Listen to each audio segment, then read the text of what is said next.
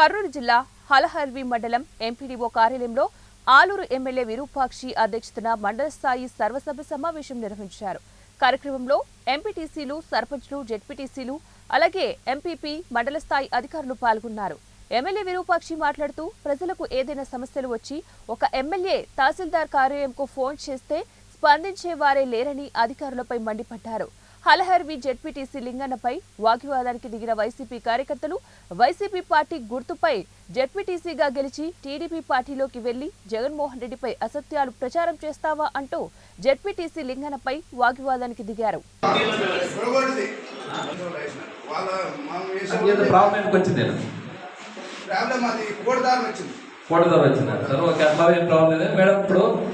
పనిచేసి ఇప్పుడు ఏ ప్రభుత్వం ఏమొచ్చినా మీరే ఉంటారు.